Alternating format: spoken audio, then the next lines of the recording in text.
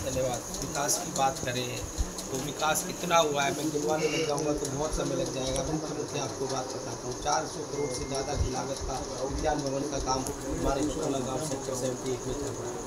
हमारा ये town park बन गया है, हमारा इंडोर स्टेडियम हमारा सेक्टर 30 में बनकर तैयार हो गया है। ITI हमारी गाँव में डिजिटल ITI बनकर तैयार हो गई। महिलाओं का कॉलेज हमारा भचौली गाँव में चालू हो गया है। इस तरह से नए कई कोर्स हमारे गाँव कॉलेज में चालू हो गए हैं। इग्नू की क्लासेस की परमिशन के गाँव कॉलेज में हमें मिल गई है।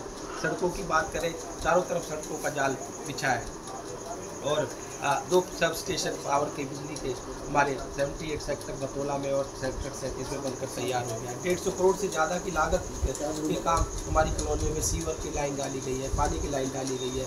108 गलियों को पक्का किया गया है। 132 कॉलोनियों को पास कर दिया गया है एक कलम से।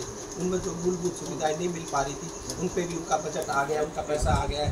कोड ऑफ कंडक्ट लग गया था, स्टे को रुक गया है। जैसे ही कोड ऑफ कंडक्ट खत्म होगा उनका काम भी जल्दी पूरा हो जाएगा। बहुत सारे काम इस तरह से मैं गिनवाने लग जाऊँ। दर्जनों पुल हमारे आगरे कनाल पे बन गए हैं। बस की सर्विस सिटी और पल्लावगढ़ के गांव मझावली पे हर 5 मिनट में 10 मिनट में बस की सर्विस है। पल्ला से बसंतपुर के लिए बस की सर्विस चालू होगी। पल्ला से तिब्बत के लिए बस की सर्विस चालू हो गई है। तो इस तरह से बहुत सारे विकास कार्य हमारी सरकार ने किए।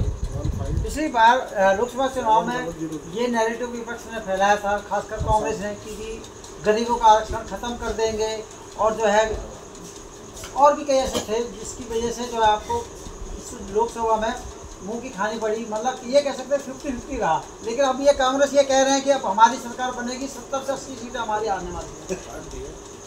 भाई इन्होंने जो नैरेटिव सेट करा, बोले वाली जनता को बहकाया कि भाई संविधान बदल देंगे, आरक्षण खत्म कर देंगे। संविधान तो इन्होंने बदला है, इमरजेंसी इन्होंने लगाई थी। कई अगर आप पीछे इतिहास में जाएंगे तो कई बार इन्होंने संविधान के साथ छेड़खानी करी है। प्रेसिडेंट रूल लगे, गवर्नर रूल लगे कई स्टेट में, तो उनकी सरकार में लगे। कितनी बार लगे ये भी आपको पता है। तो हमने तो ये एक हमारे मोदी जी एक देशभक्त है।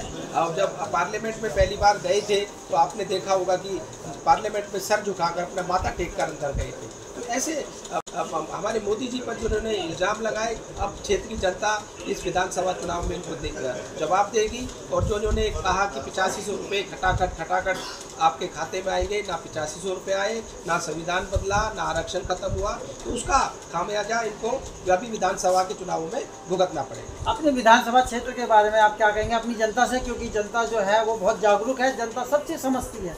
खासकर वो देखती है कि किन मुद्दों पे हमने चुनाव लड़ना है, वो लड़ रहे हैं प्रत्याशी और हमने वोट देना है। आप मेरी क्षेत्रीय जनता ने 2019 में भी सबसे ज़्यादा हरियाणा की 90 की 90 विधानसभाओं में तिगांव विधानसभा को पहले नंबर पर भेजा और 2024 में भी उससे ज़्यादा मत से, उससे ज़्यादा मार्जिन से, उससे ज़्यादा गैप से हमारी तिगांव विधानसभा पूरी 90 की 90 विधानसभाओं में पहले नंबर पर आई।